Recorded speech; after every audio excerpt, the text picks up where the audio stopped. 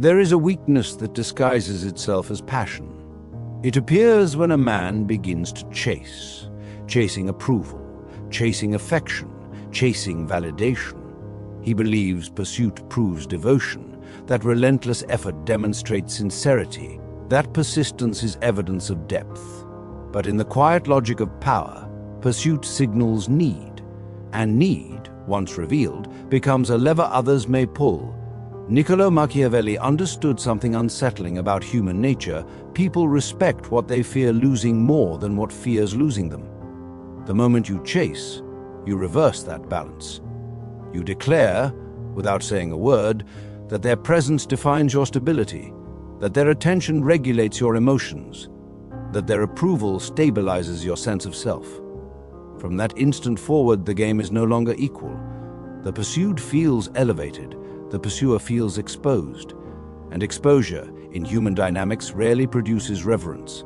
It produces negotiation. The one being chased unconsciously recognizes leverage. They begin to test boundaries. They delay responses. They measure how far your pursuit will stretch. What you called passion slowly transforms into dependency. What you thought was romantic intensity becomes psychological submission. And though you may not feel the shift immediately, the balance of power has already tilted, subtly, invisibly, but decisively. To chase is to surrender the psychological high ground. In courts and kingdoms, as described in The Prince, rulers who appeared desperate for alliances were soon exploited, their eagerness mistaken for weakness, their urgency interpreted as vulnerability. The same law governs personal relationships. When you run towards someone who walks away, you teach them your devotion is guaranteed. You communicate that no matter how they behave, your pursuit will remain consistent. Scarcity vanishes. Mystery dissolves. You become predictable, and nothing erodes power faster than predictability. Predictability removes suspense. It eliminates the tension that fuels attraction and respect. Silence, on the other hand, introduces uncertainty, and uncertainty commands attention. When your reactions cannot be forecasted, when your emotional state does not fluctuate at another's whim, you create intrigue. People begin to question rather than assume. They lean in rather than lean back. In strategy, whether romantic or political, the one who controls tempo controls perception. Chasing accelerates tempo recklessly. Silence regulates it. The moment you stop reacting impulsively, you reclaim the rhythm of the interaction. And the one who sets the rhythm, quietly and patiently, often dictates the outcome without ever appearing to try. Never beg. Begging is the public confession of powerlessness. It is not humility. It is submission without negotiation. When you beg for love, for respect, for opportunity, you announce that you believe it cannot be earned through your inherent worth. You signal that you must persuade someone to grant you what should flow naturally. You make yourself smaller in the hope that pity will compensate for lack of leverage. But pity rarely breeds admiration. And admiration, not pity, is the currency of influence. The moment someone senses that you fear losing them more than they fear losing you, the dynamic shifts irreversibly. They may comfort you. They may reassure you. But deep within, a recalibration occurs. Your desperation becomes their security. Your pleading becomes their validation. And validation without effort rarely inspires loyalty. Begging also corrodes self-respect. Each plea reinforces the belief that your value depends on external mercy. Over time, this belief shapes your posture, your tone, your decisions. You hesitate to assert boundaries. You tolerate disrespect. You rationalize neglect, all because you fear scarcity. Yet true leverage comes from internal abundance, the quiet certainty that if one door closes, another will open. When you beg, you declare famine. When you stand firm, you declare plenty. Machiavelli observed that men are quicker to offend one who makes himself vulnerable than one who stands firm. Human psychology is paradoxical. We test those who seem weak and hesitate before those who seem composed. Vulnerability without strength invites probing. It tempts others to explore how far they can push, how much they can withdraw, how little they can offer while still retaining your loyalty. When you beg, you invite testing. When you over-explain, you invite scrutiny. When you chase, you invite delay. But when you stand silent, when you maintain posture and pace, you invite speculation. And speculation often magnifies your perceived value beyond what explanation ever could.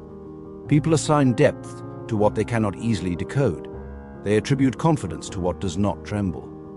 Your firmness becomes a mirror in which others see their own uncertainty. The one who remains steady amidst tension communicates emotional independence, and emotional independence is intimidating. It suggests that manipulation will fail. It implies that withdrawal will not provoke collapse. Thus, paradoxically, by revealing less need, you inspire more caution. And caution in human interaction is a subtle form of respect. Never explain yourself unnecessarily. Explanation, when unrequested, implies guilt. It signals that you feel accused even when no accusation has been formally made. The man who rushes to justify every action appears uncertain of his own authority, as though he requires external approval to legitimize his decisions. Authority does not rush. Authority does not scramble for validation. Authority allows others to interpret. In silence, you force people to confront their own assumptions. Often they will invent a narrative more respectful than any defense you could craft. When you over-explain, you narrow perception. You attempt to control interpretation. Yet control born of anxiety weakens your stance. True power tolerates ambiguity. It understands that not every misunderstanding demands correction. Sometimes, clarification diminishes mystique. Sometimes, defense elevates trivial accusations to undeserved importance. By remaining composed and measured, you communicate confidence in your own reasoning. You show that your direction does not hinge on consensus, and this composure unsettles critics. They expect reaction. They anticipate defense. When neither arrives, they are left alone with their projections. And projections, when unsupported by your emotional engagement, often dissolve on their own. Understand this. Most people do not seek truth. They seek confirmation of what they already believe. When you explain yourself to critics, you feed their narrative. You legitimize their accusations by treating them as worthy of debate. You validate their framework by stepping inside it. Silence denies them that satisfaction. Silence says, "Your opinion does not alter my direction," and such indifference unsettles those who expected your emotional reaction. Humans crave influence. They want their words to provoke response. When you refuse to respond, you remove reinforcement. The critic feels unheard, unacknowledged, and often uncertain. That uncertainty erodes their confidence in their own judgment. Furthermore, silence protects your energy. Arguments drain focus. Endless clarification disperses strategic momentum. By choosing not to engage in fruitless debate, you preserve mental clarity for pursuits that actually advance your position. Over time, people recognize patterns. They notice that you do not entertain trivial conflict. They observe that you move forward regardless of commentary. And gradually their attempts to provoke you diminish. Not because they agree with you, but because they realize your direction is not negotiable. Silence is not weakness. It is calculated restraint. In politics, the most dangerous adversary is not the loud opponent, but the quiet strategist, the one who observes patterns, who studies timing, who speaks only when words carry irreversible consequence. Niccolò Machiavelli repeatedly emphasized the importance of perception and patience in leadership. The ruler who reacts impulsively exposes his intentions. The strategist who waits gathers information. Silence creates space, space in which others reveal themselves, overextend, contradict their own narratives, and expose motives they would have concealed had you interrupted them. When you resist the urge to fill every pause, you allow truth to surface organically. Most people, uncomfortable with quiet, begin talking to relieve their own tension. In doing so, they disclose more than they intended. Silence, therefore, is not absence, it is leverage. It is disciplined attention. It is emotional composure under pressure. When you master silence, you demonstrate that your actions are not governed by impulse. You show that you can endure discomfort without surrendering clarity. And that endurance, calm, watchful, deliberate, becomes intimidating. For nothing unsettles an opponent more than realizing they cannot provoke you into revealing your hand prematurely. When you stop chasing, you reclaim your time. When you stop begging, you reclaim your dignity. When you stop explaining, you reclaim your authority. Notice how each act of restraint restores something internal that pursuit had eroded. Power, in its purest form, is self-possession. It is the ability to remain composed while others unravel, to maintain your trajectory without constant reassurance. Every moment spent chasing is a moment surrendered. Every plea for validation is energy redirected outward instead of inward. But when you withdraw from unnecessary pursuit, something subtle yet transformative occurs. Your focus sharpens. You begin investing in your growth rather than in convincing others of your worth. You refine skills. You cultivate discipline. You expand your options, and options generate confidence. The more independent your progress becomes, the less dependent you feel on any single person's approval. This independence radiates outward. It changes your posture, your speech, your pace. You are no longer reactive, you are intentional. The world responds differently to someone who moves with deliberate self-control. Restraint is not stagnation. It is consolidation. It is gathering strength quietly before revealing it strategically. Consider how desire operates. The more available something becomes, the less it is valued. Familiarity without effort breeds complacency. Rarity, however, commands intrigue. Machiavelli understood that appearances shape perception more than intentions ever could. If you appear unattached, self-contained, unmoved, you create an aura of independence. And independence is magnetic because it suggests abundance. It implies that your attention is selective, that access to you is earned rather than assumed. When you are constantly available, constantly responsive, constantly accommodating, you unintentionally signal surplus supply.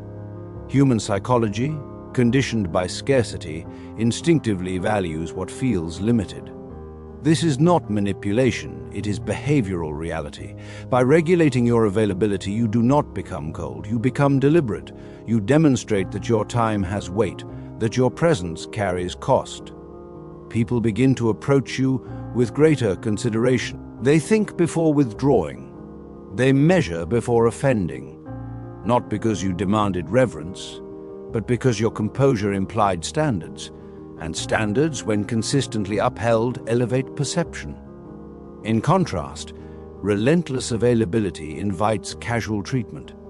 Thus, to maintain value, you must sometimes be willing to step back, to let absence cultivate appreciation where constant presence once dulled impact. There is a silent transformation that occurs when you withdraw from chasing. At first, anxiety rises.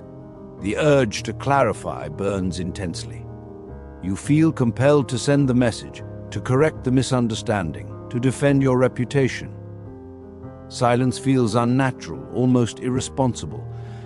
But if you endure that discomfort, if you resist the impulse to reach out prematurely, something extraordinary happens. You discover that the world does not collapse without your constant intervention. The person you chased either returns or they do not.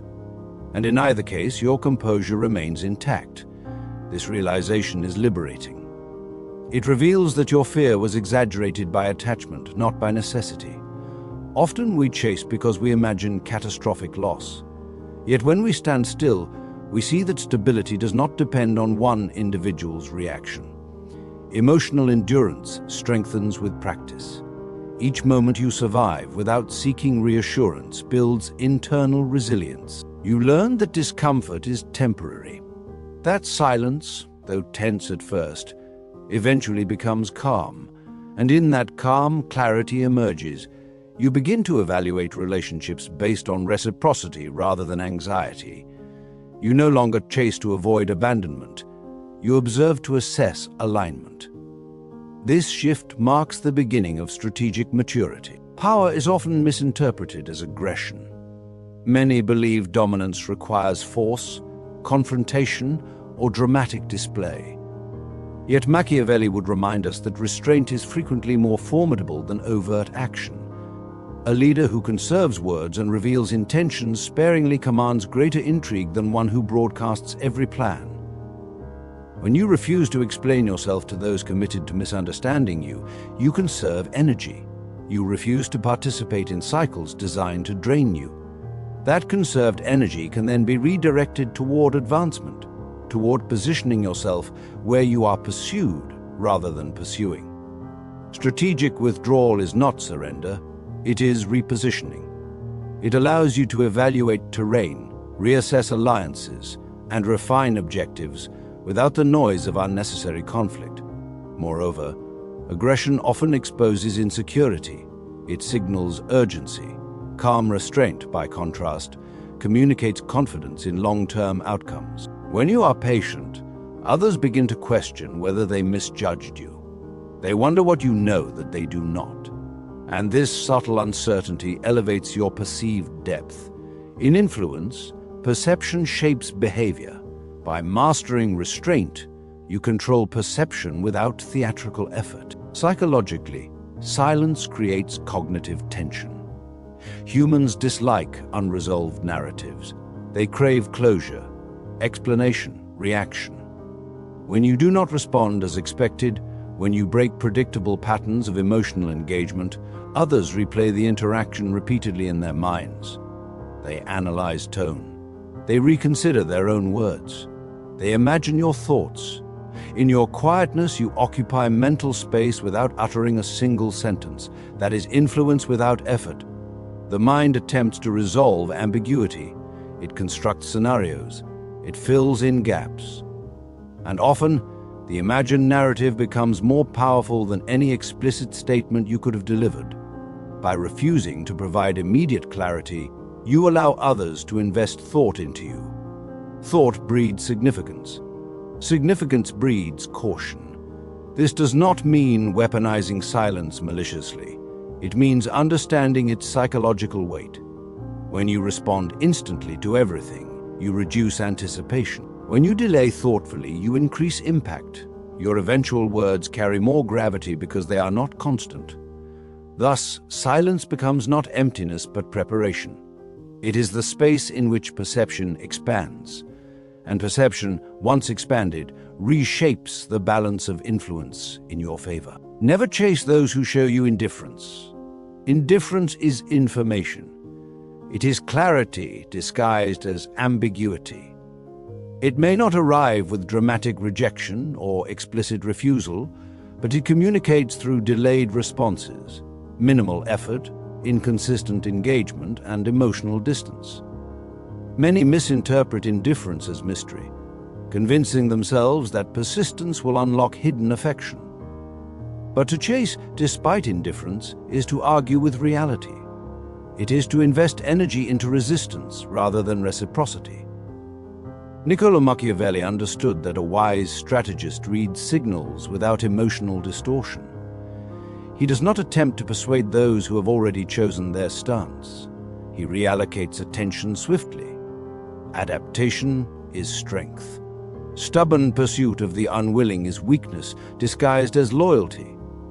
When someone shows you indifference, believe the evidence before you.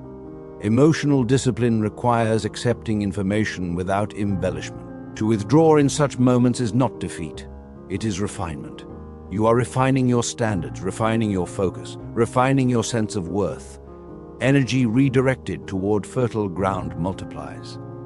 Energy poured into indifference evaporates. The disciplined mind does not cling to what resists it. It pivots.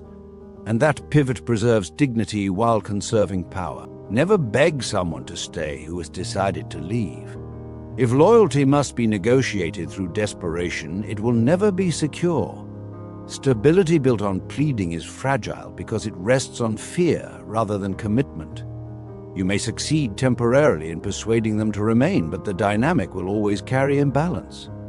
They will remember that you feared their departure. They will know that withdrawal gives them leverage, and that knowledge alters future interactions. But stability built on self-respect is immovable. When someone chooses to leave and you respond with calm detachment, you rewrite the power dynamic entirely. You communicate that your life remains whole, that your identity is not contingent upon their presence. This composure often surprises those who expected collapse. It forces them to reassess their assumptions about your dependence. Even if they do not return, you retain something far more valuable than their reluctant presence. You retain your self-command. Emotional independence does not eliminate pain. It dignifies it. You may feel loss internally, but externally you maintain posture, and posture influences perception. Over time, this consistency becomes known. People recognize that you do not imprison others to keep them. And paradoxically, that freedom makes you harder to abandon lightly. Never explain your vision to those who lack the capacity to see it. Not every audience deserves access to your reasoning. Oversharing is often disguised as transparency, but excessive transparency dilutes mystique. In strategy, selective disclosure preserves leverage. In the political reflections found in Discourses on Livy, Machiavelli suggests that leaders who reveal every intention surrender advantage. Vision requires incubation. It demands protection from premature criticism and small-minded interpretation. When you attempt to justify your ambitions to skeptics, you inadvertently shrink your scope to fit their comprehension. You begin tailoring your dreams to avoid discomfort. But ambition diluted by external approval loses potency. Silence protects growth. It allows your plans to mature without interference. There is strength in withholding explanation until results speak. Results silence doubt more effectively than arguments ever could. Furthermore, not all criticism is constructive. Some individuals criticize not to refine your ideas, but to anchor you to their limitations. By refusing to engage in endless explanation, you shield your trajectory from unnecessary friction. Let misunderstanding exist temporarily. When outcomes materialize, clarity will follow naturally. Until then, restraint safeguards momentum. Silence also disciplines your ego. The urge to defend yourself is often rooted in pride, the desire to be understood accurately, to correct every false impression, to ensure your image remains intact. But mastery requires detachment from constant validation. If your self-concept depends on universal approval, you will always chase correction. You will feel compelled to respond to every rumor, to clarify every misinterpretation. Yet such reactivity binds your identity to external commentary. Emotional sovereignty demands a different posture. It asks, can you remain secure even when misunderstood? Can you tolerate incomplete narratives without rushing to repair them? True confidence allows misunderstanding to exist without internal collapse. It recognizes that perception fluctuates, that reputation evolves over time, and that immediate defense is not always necessary. By resisting the impulse to react, you strengthen inner stability. You prove to yourself that your worth does not hinge on unanimous recognition. This internal shift alters external behavior. You become slower to anger, slower to defend, slower to chase validation, and in that slowness, you gain composure.